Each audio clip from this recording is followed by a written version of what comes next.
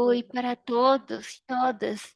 Damos as boas-vindas para este evento para aproveitar o momento para impulsionar o tratado sobre combustíveis fósseis em Santa Marta. Se vocês quiserem, podem colocar o local de onde vocês entram nessa reunião, sua organização. Se vocês gostarem, nós temos interpretação para este webinário. Encontrarão as instruções no slide que a gente passará daqui a pouquinho.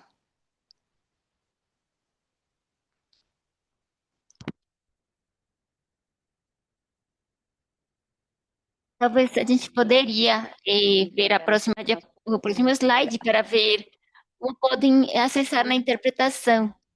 Ou de novo, para as pessoas que estão entrando na reunião, damos as boas-vindas.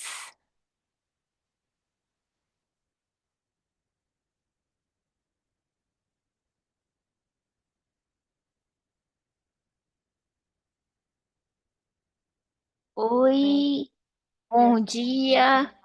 Sejam todas bem-vindos para aproveitar o tratado sobre combustíveis fósseis em Santa Marta. Vamos ter interpretação neste evento. A gente está muito contente eh, por, pela conexão de vocês.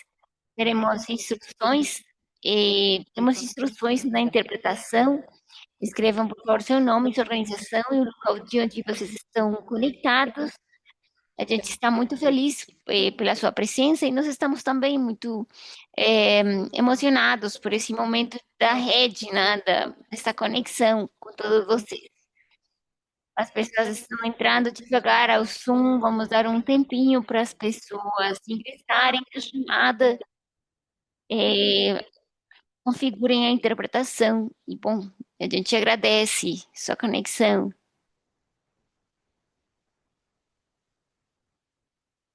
Então, se à vontade, novamente, para se apresentar no chat, seu nome, o local de onde vocês estão conectados e também sua organização.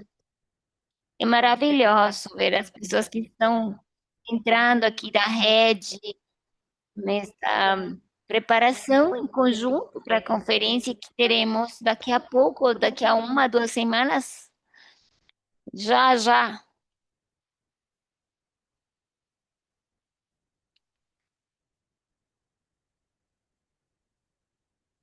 Bom, espero que todas as pessoas eh, já tenham configurado a interpretação. Nós vamos começar eh, essa reunião. De novo, dou as boas-vindas para vocês, para este evento. Como muitos de vocês sabem, teremos a primeira conferência internacional para deixar os combustíveis fósseis no final deste mês de abril. É um grande momento, lideranças mundiais, organizações da sociedade civil e outras entidades se juntarão em Santa Marta para a primeira conferência internacional para o abandono dos combustíveis fósseis. Nós estamos num contexto de agressão imperialista na América Latina e na Ásia Ocidental. Isso criou uma crise, né, no suprimento de óleo, né, desde os anos 70, e isso está sendo aproveitado para criar a crise das cadeias de combustíveis, né, fósseis. Então, por isso, estamos num ponto de inflexão para debater, né, e fazer alianças, né, para deixar esses combustíveis fósseis. Hoje falaremos sobre como ter um sinal político para ter um tratado de combustíveis fósseis de maneira estratégica, como a gente fortalece esse impulso para a conferência e para além, e como garantir, né, que a participação dos estados que não estão na conferência, para falar da conferência, da estrutura e dos eventos paralelos. Isso tem sido muito complexo e fragmentado, mas ao mesmo tempo, os aliados no tratado têm clareza agora de como fazer isso de uma maneira significativa. Esse webinário está aqui para abordar essa grande brecha, né, e das orientações políticas, alinhamentos estratégicos, né, na conferência. Para a próxima diapositiva, eu quero apresentar as pessoas que estão aqui. Está a Catalina Caro, que é a coordenadora do Sensato Água Viva, Ela é ambientalista, antropóloga feminista, com um mestrado da Universidade Nacional de Colômbia, de onde faz parte do grupo de pesquisa. eh, Ela pesquisa temas sobre os povos indígenas no sureste da Colômbia, também como conflitos socioambientais e educação intercultural. Também teremos a apresentação de Alex Rafalovich, diretor do Tratado de Combustíveis Fósseis, que trabalhou como analista de combustíveis fósseis e estratega pela justiça climática por mais de 15 anos, como a campanha global para exigir justiça climática, 360.org, trabalhou em campanhas eleitorais nos Estados Unidos, na Europa, tem uma bacharelado da Universidade Nacional de Austrália e um mestrado em economia do Instituto Gandhi da Pesquisa para o Desenvolvimento. Ele mora em Bogotá, Colômbia. Também temos Andrés Gomes, que é chefe das campanhas latino-americanas do tratado, e ele trabalha no tratado, né, de não proliferação, é engenheiro, pesquisador em combustíveis fósseis, transições ambientais. Participou em debates, processos e publicações nacionais e internacionais sobre a exploração de jacidas petrolíferas. Também é membro da Aliança de Fracking colombiana. Eu sou Mitzi Johnson, também sou ativista climática e fico muito feliz de estar na moderação deste evento. Tem mais, damos a palavra para a Catalina. Oi, uma saudação para todas e todos. É um prazer para a Sensato e para o Foro Permanente pela Transformação participar neste estado. Eu agradeço o tratado por esta participação. Eu farei uma pequena análise sobre por que esta conferência se faz na Colômbia e por que Santa Marta, e qual é o contexto especial que faz que o país como a Colômbia esteja no centro do debate hoje, né, dessa saída dos combustíveis fósseis. Quero começar falando que na Colômbia estamos nos últimos meses de um governo progressista, acho que é o primeiro governo progressista no nosso país, e esse processo não foi simples, também não foi uma coisa que nascesse em um momento qualquer, mas que foi produto assim de uma luta histórica do movimento popular nas diferentes manifestações e por meio da mobilização e ação permitiu, né, essa possibilidade real para que na Colômbia tivéssemos um governo progressista que colocasse no centro as agendas dos movimentos sociais. E mesmo que o caminho não tenha sido simples, né, é, a governabilidade, as contradições, alguns setores, né, tiveram um alinhamento com as agendas populares dos movimentos sociais, e isso significou avanços muito importantes em política pública. É o caso das agendas do movimento ambiental popular, em que todos os debates da saída dos combustíveis fósseis e a construção de sociedades sustentáveis tem sido fundamental. E que esse movimento popular, que por anos propôs a revolução ambiental para construir uma lógica econômica que proteja a vida e nos tire como país do antigo debate do colonialismo extrativista e nos leve para uma sociedade sustentável e justa, tem sido escutado pelos operadores da política pública do governo atual. Gostaria então de dizer que a conferência é um desses passos, né, uma das ações concretas que o governo progressista se alinhou, né, com essas petições de muitas vozes locais e globais que pediram ações sobre a mudança climática e também a tomada de decisões a nível de governo sobre a proteção da vida. Nós, aqui, a sociedade civil, insistimos em que essa é uma agenda que, por anos, por décadas, tem sustentado as petições. O governo do Petro e de Gracia Marques impulsionou, né, seguindo as petições da sociedade civil e outras redes, né, a participação popular, e em que também nós participamos. Dizer também que esta conferência, né, as pessoas que participarão,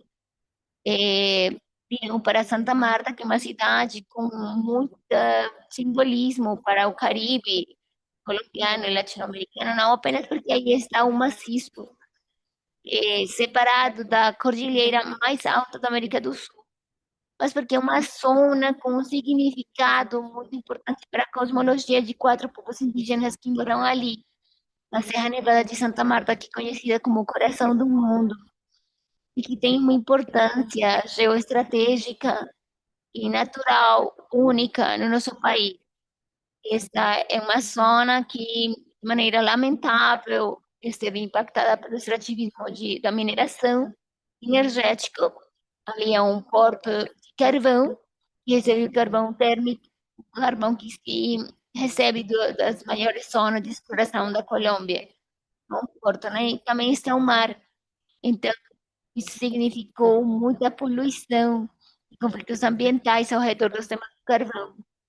Então, uma zona muito importante, uma cidade com sentido, com uma importância chave, e por isso foi escolhida para receber toda a sociedade civil e os governos interessados em buscar essas mudanças reais.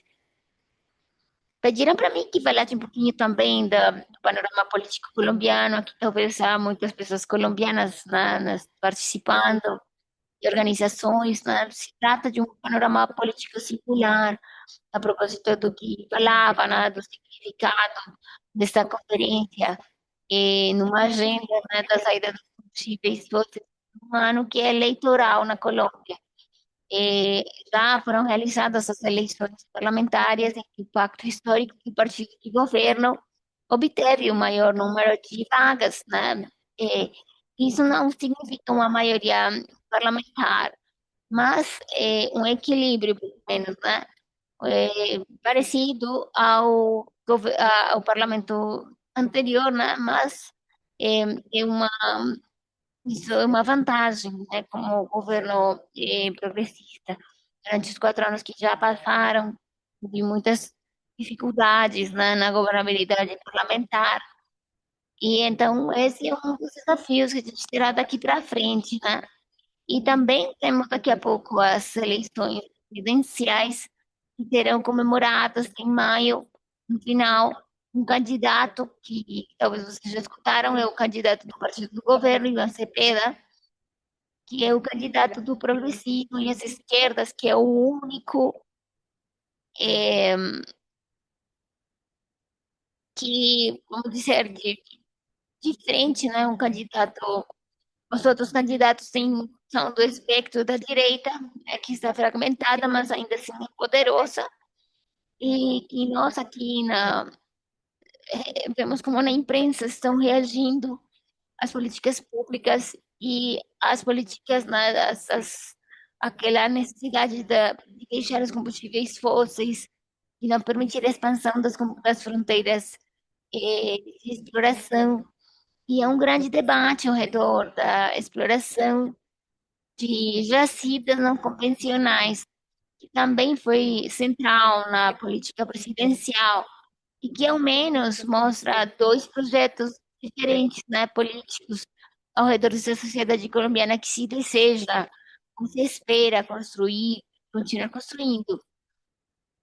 E é importante dizer que mesmo com as dificuldades que em todos os governos progressistas acontecem, nós da sociedade civil precisamos reconhecer que o governo trabalhou numa agenda transformadora, com reformas importantes no âmbito da água, sanidade, aposentadoria.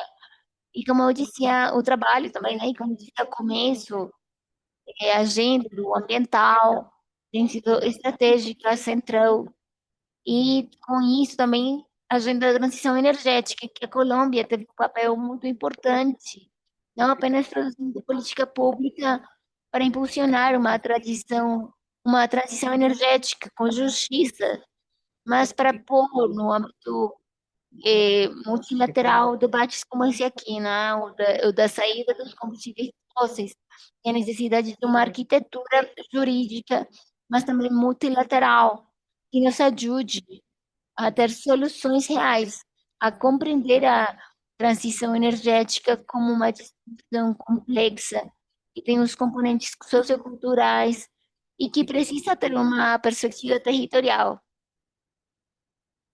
chave, né, para justamente eh, ter oportunidades, né, reais, soluções reais, de uma perspectiva territorial que responda às necessidades dos territórios afetados por tanto tempo pelos extrativismos da mineração e energética. Eu já para ir encerrando, porque eu sei que o tempo já está curto, pediram para mim contar como tem sido a participação da sociedade civil no desenvolvimento da conferência. Eu insisto em que a sociedade civil, toda diversa, teve um processo de muito fôlego, né? Essa palestra, essa conferência é um ponto de chegada, não de partida, de umas lutas territoriais que as organizações territoriais, né, não apenas locais, mas globais, tiveram diante da necessidade da saída, né, dos combustíveis fósseis, também sobre a gestão dos bens comuns de maneira justa e comunitária. Então, como sociedade civil, participamos do espaço da Cúpula dos Povos, em que de muitos locais, especificamente de Conselho Permanente da Transição, também como CAN e DCG, eh, coordenamos as participações, as metodologias, né, e a importância da diversidade nesses espaços, e possamos falar nas nossas diferentes línguas, com os nossos diferentes pensamentos ao redor como sair e como construir soluções verdadeiras para a crise climática.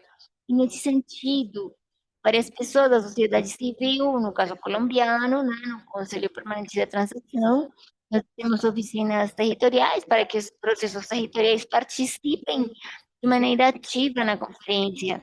E que a gente possa ter essas soluções, essas transições que já estão acontecendo nos territórios, né, que são sendo construídas a partir do exercício coletivo e que apareçam nesse espaço multilateral, né? Mas que, como eu digo, eu insisto, não um ponto de chegada. É um ponto de chegada, não um ponto de partida, né? Já para encerrar, gostaria de dizer que uma das oportunidades que a gente tem agora é pensar em como construir agora de maneira conjunta esses horizontes, essas propostas chaves, que não apenas estão nessas linhas que trabalhou o governo nacional, que propôs o governo colombiano e o governo dos Países Baixos para trabalhar no quadro da conferência, mas também existem outras propostas que foram colocadas, né? Então, nos encontrarmos globalmente para continuar avançando nessas propostas é importante. Uma das principais demandas da sociedade civil é como garantir uma participação vinculante. Nós viemos de espaços multilaterais em que as participações são espaços isolados, em que a sociedade civil se reúne, em que suas demandas e seus pensamentos e propostas parecem que ficam ali. Nós insistimos na necessidade, acho que é uma oportunidade também, um desafio dessa conferência, é que a participação vinculante seja efetiva, que realmente signifique transformações nas agendas dos governos, compreendendo que este é um debate que não apenas dos governos, mas que é um debate dos movimentos populares. E talvez a maior necessidade é pedir soluções verdadeiras, que a sociedade civil, a gente seguiu, né, lutando, porque não se tem falsas soluções que não mudam a raiz do que gerou a crise climática. E também é importante esse tipo de debate, né? A tecnocracia fóssil e também o debate de sair dos fósseis seja e tenha e contenha medidas expeditas multilaterais e também no nacional políticas públicas, né, efetivas. Então, esses são os principais desafios que a gente vê. E nós esperamos que as pessoas que estão participando aqui neste webinário e possamos participar na conferência, entendendo que fica muito para frente, né? Como a pressão de uma iniciativa como o Tratado para a não proliferação dos fósseis seja consolidado e garantir, disse a nossa ministra, Ela insistiu muito nas conferências de imprensa, que é um momento para tomar decisões, para que a gente se encontre, né? Quem está convencido, os países que estão convencidos, desde a sociedade civil, para nós é fundamental que as pessoas que não estão convencidas possam também ser convencidos, né? Porque são os principais responsáveis da crise que a gente vive. E precisamos continuar com as pressões, né? Para que assumam as responsabilidades e ajam realmente para a superação desses inconvenientes. Obrigada. Obrigada, Catalina. Obrigada pela lembrança, né, sobre a sociedade civil e a necessidade de que a sociedade civil seja a que nos leva para frente. É o fato de que eu sei que há muitas questões, tem um botão de perguntas e respostas na parte de baixo. Por favor, escrevam suas perguntas que a gente irá respondendo no final do webinário. Temos agora o Alex. Obrigado, Imice. Eu vou falar em inglês, mas eu quero agradecer a Catalina pela grande introdução que trouxe para o contexto da Colômbia, que é meu lar adotivo, e também agradecer a Sensat, que tem sido um agente de mudança social na Colômbia. Seu trabalho tem sido muito importante para centrar uma visão pós-extrativista e resistir à extração combustíveis fósseis. Tem sido um dos nossos primeiros aliados. A Colômbia é uma das primeiras organizações que faz incidência para o tratado. Então, o que é o tratado? Vamos para o próximo slide. Por que a gente existe? Nós existimos porque o Acordo de Paris não menciona os combustíveis fósseis nem nenhuma vez. Não aparece gás nem carvão. As, todas as iniciativas se focaram nas emissões e no final da linha da combustão, que é, claro que é muito importante, a gente precisa reduzir o consumo e a combustão. Mas se a gente vai falar da crise climática, da crise ecológica, nós precisamos reconhecer que isso é gestado, né, pelos combustíveis fósseis. Então, a gente precisa cortar, né, precisa atender a demanda e a oferta, porque a gente não pode confiar apenas numa lógica neoliberal de mercado, em que se manda a ideia de que se há menos demanda, haverá menos oferta. Mas, na verdade, aqui na indústria de combustíveis fósseis, é, a indústria é um desses atores, né, mas enraizado na geopolítica, né, de vez nas ações ilegais dos Estados Unidos, Israel, em Irão. Então, a gente precisa é, chegar a um acordo, né, para garantir que é uma transição econômica e social justa.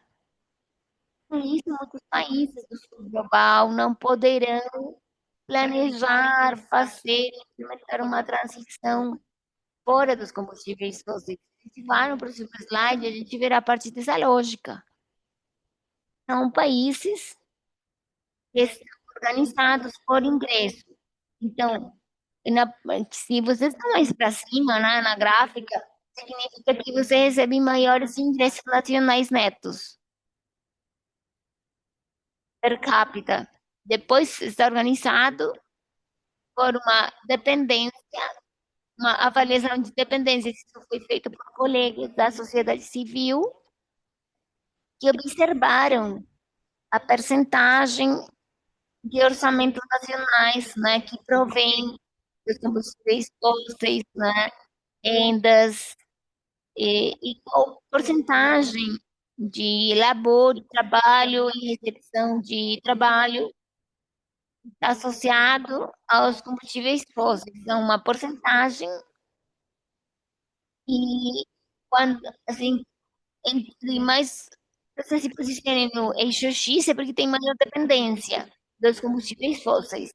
E a proposta que foi feita né, a partir desta revisão, é que se criarmos um limite claro para a extração de combustíveis fósseis, para que esteja alinhado com o objetivo de 1,5, a gente pode identificar, né, a transição dependendo da dependência. Por exemplo, Irão, Angola precisarão muito mais tempo para alcançar essa transição.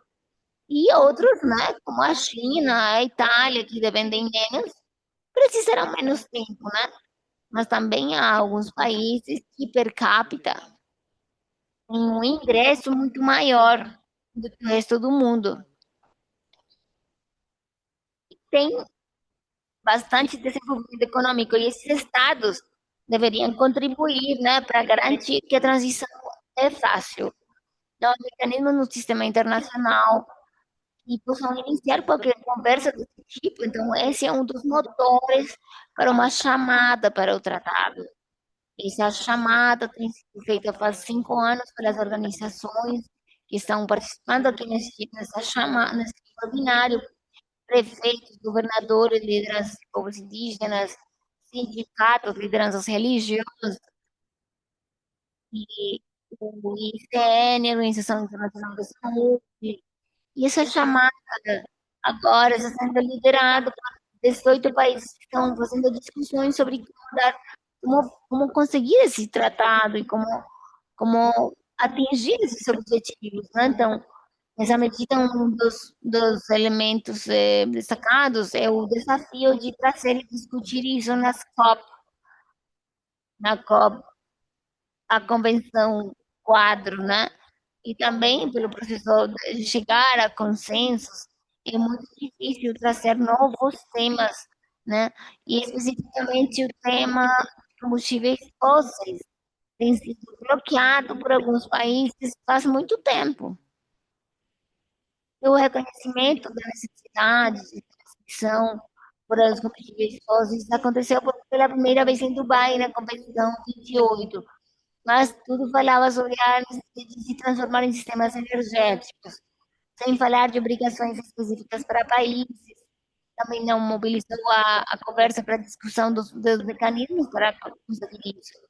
Os países que estão participando nessa discussão do tratado estão falando sobre como levar, né, esse tema, levá-lo no sistema internacional. E há duas maneiras. Uma é avançar na convenção quadro, mas também ter outros fóruns em que esse assunto possa ser discutido, talvez por uma resolução das Nações Unidas, ou UNEA, que é a Assembleia Ambiental. Então, vemos que é uma linha de trabalho por um lado, né, e a outra significa catalisar, intervir para falar sobre a transição de combustíveis fósseis. E pensar, por exemplo, em um processo paralelo e complementar que permitisse os países comprometidos com esse assunto a iniciar conversas mais profundas que permitam o desenvolvimento de melhores mecanismos e formas de cooperação internacional. Essa ideia é liderada pelo governo colombiano e o governo dos Países Baixos, e daí surge a conferência. Esta é a primeira conferência internacional sobre combustíveis fósseis. Os países anfitriões são a Colômbia e os Países Baixos, muito mais amplo do que falar em tratado, né? A iniciativa do tratado não é anfitriã, mas a gente vê como um catalisador importante, né? Um ponto de início para conversar sobre o que falta na governança internacional para a transição para os combustíveis fósseis e como a gente pode avançar nisso. Então, a conferência, acho que há muitas palavras muito importantes no título, mas uma que é muito importante é a primeira. A primeira conferência, o que significa, né, que tem uma agenda ampla, está tentando gerar uma discussão, quadro amplo de discussões que pode trazer contribuições, né? A primeira vez que trazemos as diferentes peças, o que se requer para uma transição fora dos combustíveis fósseis. Então, é a primeira, né? Então, isso quer dizer que haverá uma segunda. A intenção é que as conversas continuem. E Tuvalu disse que gostaria de ser a segunda, eh, os anfitriões da segunda conferência. Então, os resultados dessa primeira conferência em Santa Marta, né?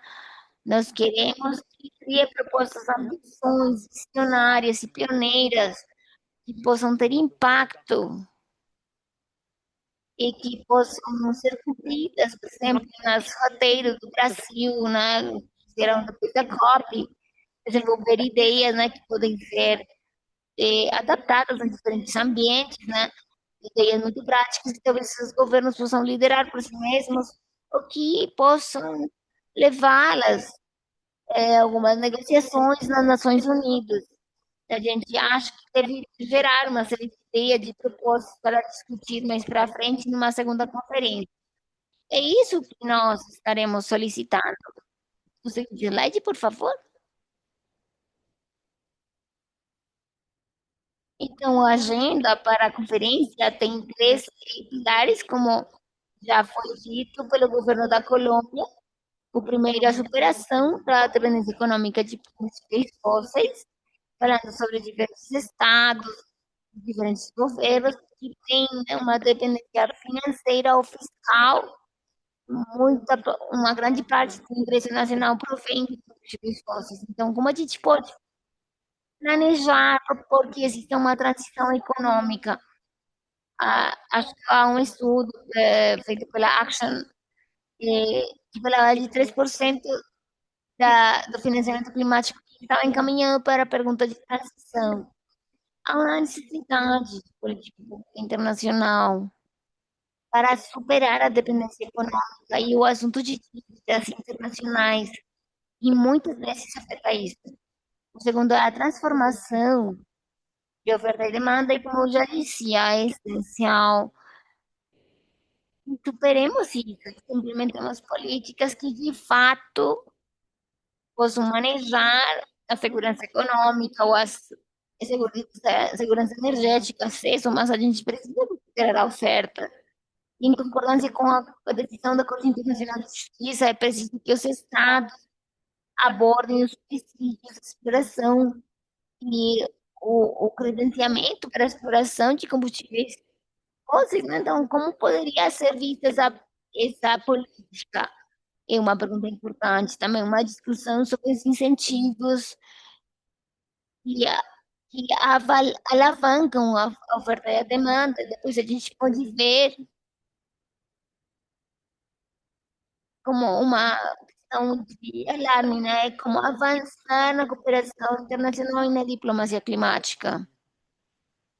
E isso é uma parte da agenda em que a gente acha que é uma oportunidade única para ter discussões sobre o Tratado de Combustíveis Fósseis. Claro, é um tema que representa uma brecha no sistema internacional, assim como existe uma brecha na governança da oferta e da extração, e todas as perguntas associadas a isso. Isso tem sido muito desafiador pelo alcance do mandado da Convenção Quadro, e essa é uma oportunidade para todas as pessoas que estamos aqui participando dessas discussões prévias, mas também para os governos, né, que participarão de uma conversa aberta, franca, né, sobre as brechas que existem, como a gente pode fechá-las, e como fazer esse tratado. A partir da nossa perspectiva, né, que somos a iniciativa que chama esse tratado, o tratado é uma das soluções únicas que realmente fala para a agenda como de uma maneira estrutural. Nós sabemos que há muitos temas na transição. Nós sabemos que vocês estão fazendo o que podem, né, para todos vocês, para atender esses assuntos, e a gente está chamando para reconhecer essa oportunidade única, para fazer o chamado ao tratado. Sabemos que o tratado não é uma solução, né, para tudo. Mas a Conferência de Santa Marta, como agenda que fala sobre essa brecha de implementação e governança na transição, é um espaço único para ter as considerações mais amplas e de alto nível para esse tratado. Também queria dizer, antes de encerrar, que é preciso falar das barreiras legais, como a disputa de investimento e a maneira em que são atendidas em nível internacional. Também abordar isso precisa ser falado na rede, a gente já falou um pouquinho sobre isso. Muitos de nós gostaríamos de considerar isso no desenvolvimento de um tratado próprio. Obrigada. Obrigada, Alex. Muito obrigada por nos lembrar, porque estamos falando do tratado. Porque é uma oportunidade única para falar do tratado, né, sobre as questões que são importantes para pensar a transição justa de combustíveis fósseis, não apenas da indústria energética, mas da questão energética.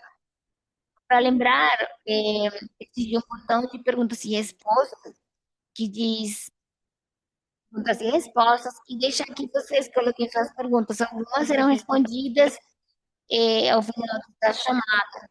A última pessoa que falará hoje é Andrés, que falará sobre como navegar a conferência e outras oportunidades de se envolver.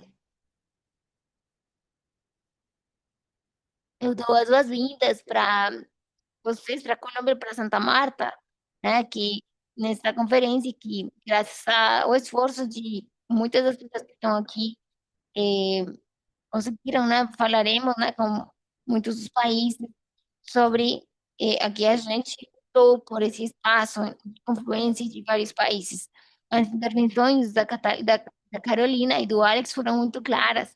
Nós também precisamos avançar por por uma clareza, por um mandado sobre combustíveis fósseis, compreendendo isso como um instrumento que, como a Letícia, não será a solução, mas que é o que mais se aproxima às construções que estamos fazendo desde a justiça ambiental, energética e econômica. Aqui, nesse sentido, vou me referir ao que tem sido o processo do governo colombiano, em que a gente se articulou com o Conselho Permanente para a Transição Energética Justa, para o avanço, né, nessas perspectivas que sejam claras e utilizadas e discutidas pelos mais de 50 governos que serão em Santa Marta, nessa estrutura que o governo começou propôs como muito mais incluente em termos de participação. Lembremos que tivemos um processo de inscrição e nessa chamada metodologia de funil. A gente teve uma inscrição de mais de 2.600 organizações de todos os setores. Essas organizações serão convidadas para contribuir com insumos escritos para o processo todo. Esses insumos foram enviados até 14 de março. Depois o governo colombiano gerou umas análises e umas sínteses técnicas que juntassem essa discussão nos setores, propôs diálogos virtuais por capítulos, por setores, nesses diálogos virtuais, que tiveram uma grande participação. Houve esse aperfeiçoamento, né, das perspectivas da sociedade civil, dos diferentes setores que que chegarão em Santa Marta, e depois o que se constrói são esses posicionamentos nos diferentes setores. Vão para uma articulação presencial em Santa Marta, que teremos em todos os setores a partir do 24 até o 27 de abril, previsto o segmento de alto nível, que será 28 e 29 de abril. Vou me deter aqui, né, a uma variedade grande de propostas de diferentes setores da sociedade civil que falam de maneira específica sobre o tema e se juntaram, né, para gerar insumos para esse espaço tão importante que centrará nossa incidência para, no, no dia 27 e 28 no espaço de alto nível, que é o espaço da Cúpula dos Povos por um futuro livre de combustíveis fósseis.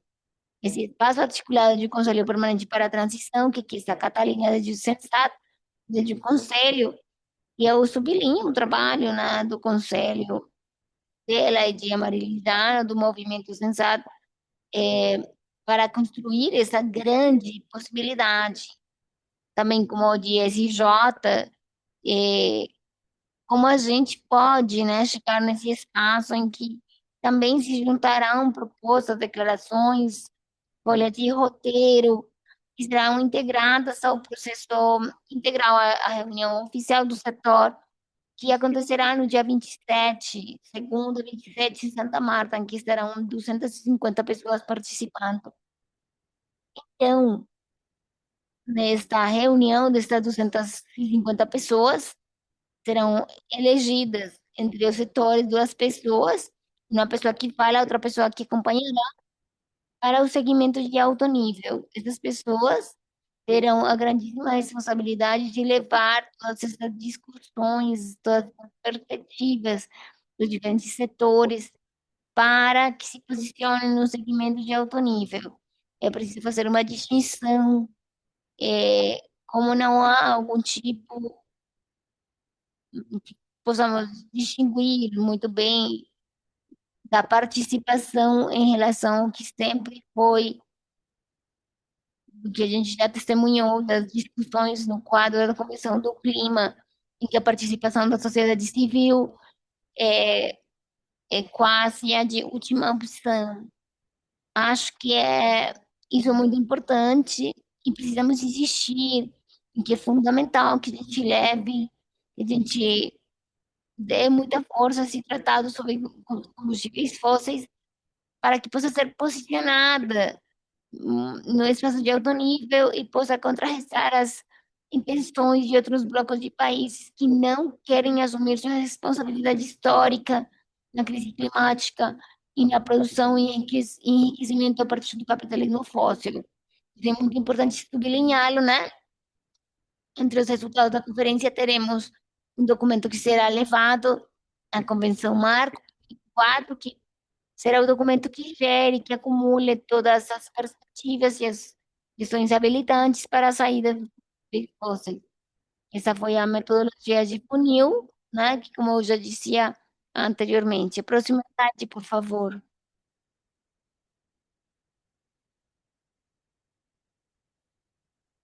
Eu aqui gostaria de mostrar para vocês, no geral, o que será o programa oficial.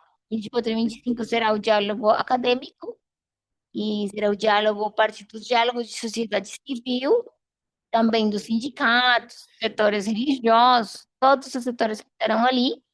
No dia 26 estará o capítulo parlamentar, a Assembleia por um caminho para a saída dos combustíveis fósseis. No 27 será o espaço de diálogo, né? O setor de povos indígenas está em outro espaço. E 28 e 29 será o segmento de alto nível. Nós esperamos ter uma visibilidade, né, daqui a pouco, através da nossa página web, da articulação da sociedade civil, na página do tratado, para poder compreender, né, e ver esses passos todos que estão acontecendo ao redor de Santa Marta. Eu agradeço muito e gostaria de convidá-los para que ingressem nessas páginas. No próximo slide, por favor, para que a gente se informe e para que estejamos trabalhando juntas, juntos para essa, esse trabalho para a saída dos combustíveis. Nós deixamos aqui esse vídeo em que vocês podem ver a nossa página, a página da cúpula, e também vai juntar toda a informação que a gente precisa para Santa Marta. Eu não estou vendo que já agora está funcionando. Então, aqui temos um evento muito importante, entre 28 e 29, que quem não participará como observador ou que não estejam nesses segmentos de alto nível, podem estar na Casa do Tratado, numa tentativa que faremos de continuar com essa articulação entre as diferentes redes. Os 2 dias nós também teremos a oportunidade de ver, se é possível, a transmissão ao vivo do segmento de alto nível e de continuar construindo coletivamente essas estratégias desses movimentos climáticos globais para uma saída justa e equitativa dos combustíveis fósseis. Obrigado.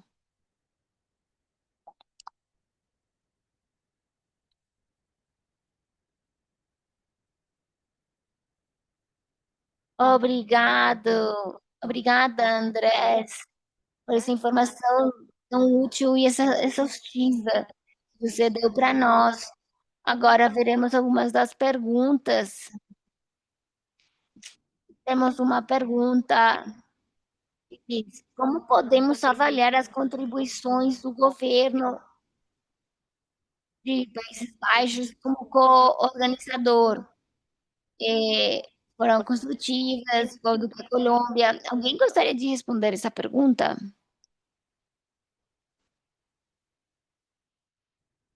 Obrigada. Obrigado. Acho que o governo de Países Baixos teve um papel de liderança, né? E isso foi feito para garantir que a conferência aconteça. Então, há muita visibilidade sobre o que poderiam estar fazendo, né, por trás do cenário. Sabemos que muitos governos europeus mostraram preocupação sobre essa iniciativa por muitas razões, né? Como preocupações sobre a concorrência com o Tratado de Paris. Acho que muitos membros dessa rede europeia, europeus, né, dessa rede, também sentem essa preocupação por um tratado focado na equidade que criará, pode criar obrigações específicas para governos europeus, pela responsabilidade que tem. E, claro, isso é um desafio para muitos governos, né? Obrigado, Alex. E as pessoas têm uma pergunta sobre credenciamento e sobre a conferência. A gente pede que, por favor, entre em contato com o governo colombiano para isso. Temos outra pergunta de Carlo. Eu entendo que há um número de países que produzem, que são produtores, por exemplo, o Canadá, e participará. Como ver seu papel na conferência? Eu posso respondê-la. Acho que é muito importante que compreendamos esta como uma primeira conferência histórica, um primeiro passo para a discussão aberta e franca sobre a saída dos combustíveis fósseis e diferentes condições que cada país tem.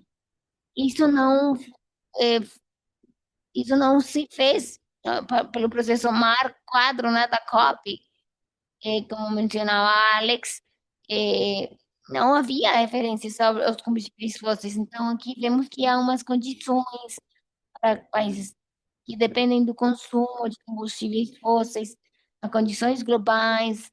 Não podemos esquecer a atual geopolítica, as condições políticas que tem hoje, o custo da barraca, mas no preço que está, né? Então, por isso precisamos dessa interação dos três eixos da conferência para construir caminhos sólidos que possam nos levar, no caso ideal, para a construção de um mandado de combustíveis fósseis, um tratado, né? E como a gente adverte, né? Todas essas perspectivas. Eu quero sublinhar como último ponto o insumo que geramos desde a iniciativa do tratado e falar da ideia dos compradores e vendedores que estão em outros tratados, né? Do parágrafo específico para estabelecer, né? Num tempo curto, em que a gente pode sair dos combustíveis fósseis nessa estrutura de mercado que favoreçam os países que fazem parte desses acordos e que possam, né, pular essas condições de mercado em condições nas condições geopolíticas atuais.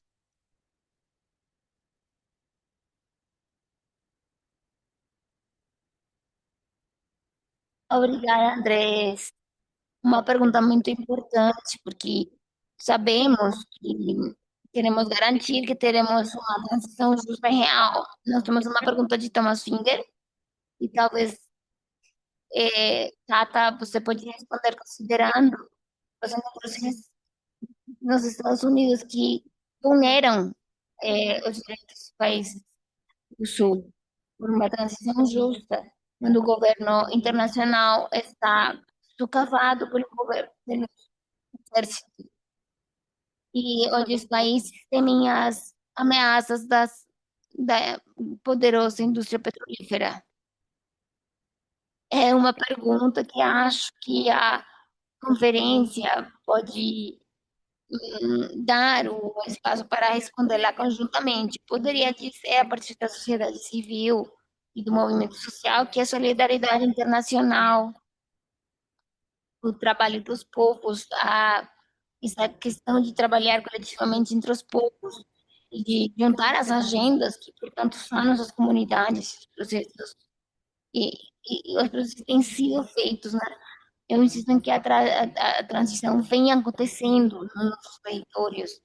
Então, diante de um multilateralismo que está num processo de, de desmigalhamento, né, que não é menor, né, eu penso de onde vêm as soluções. Né? Então, encontramos nesses espaços multilaterais muita potência para os diálogos. Contudo, as soluções provêm do trabalho territorial, das possibilidades dos povos para construir alianças, solidariedade. Diria também que nesse momento tão complexo em nível sociocultural, né?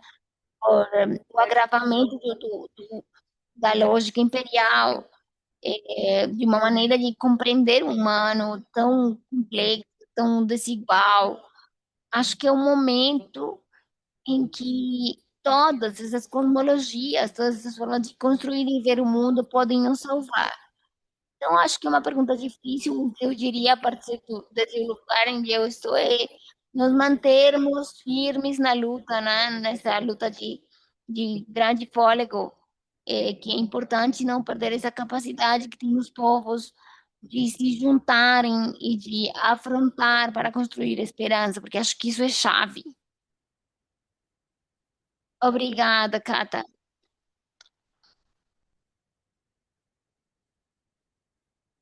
Aprecio muito a resposta, né? Porque é verdade que quando vemos lideranças mundiais que não fazem o seu trabalho de servir as pessoas, os indígenas, comunidades marginalizadas, isso me lembra, né, esse momento que me inspira e me dá esperança. Ver vitória no passado, nós viemos o tratado de minério de armas nucleares que foram feitas por pessoas que fizeram pressão para os governos, né, criar coalições, e aqui também vemos, né, que isso é possível. Então, esperamos que o Tratado de Combustíveis Fósseis nos permita isso. Vamos a última pergunta de Martin, então, Alex, você podia respondê-la. O que você vê como resultado real do tratado? O que é o que nós devemos fazer, né, nos países ocidentais? Obrigado, Mitzi. Obrigada a todas as pessoas pelas perguntas, pela conversa. Acho que os resultados que queremos atingir e nos diálogos e espaços consigamos uma articulação real do problema, que nós tenhamos as perguntas e que tenhamos uma proposta, né, que é o tratado.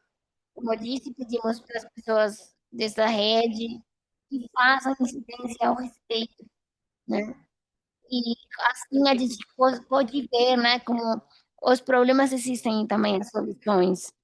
Nós temos otimismo, e a gente fica, os representantes dos países que estarão lá estão juntos, né, para esse chamado pelo tratado, e sejam representando as necessidades desse trabalho nesse espaço de alto nível, né? Quais são as brejas, o que precisa ser apresentado, reconhecido, que esta seja uma oportunidade para ter alianças entre outros governos interessados nessa ideia. E esperamos que todos os governos possam dar espaço e tempo para essa discussão. E a Conferência de Santa Marta não é um espaço de negociação, a gente não fará negociações, resultados de negociações, né? Mas é importante como espaço de conversa para compreender o problema real e as oportunidades para uma solução. E também, né, os membros do grupo que proporão o tratado se encontrarão de maneira independente para discutir outras ideias sobre como se veria um tratado. E talvez haverá umas formas de compartilhar como ter esse tratado. E esperamos que as discussões de todos os três pilares possam nutrir o que pode ser um tratado. Muitas ideias e propostas podem ser aproveitadas em discussões posteriores sobre como ver e como funcionar um tratado. Obrigada, Alex. Obrigada para todas as pessoas que se juntaram neste webinário. Se vocês precisarem de qualquer informação, entrem na página web que o André já mostrou. A gente espera que vamos nos ver daqui a pouquinho em Santa Marta. A gente se vê na conferência, nas ruas, lutando por uma transição justa dos combustíveis fósseis. Obrigada para todos.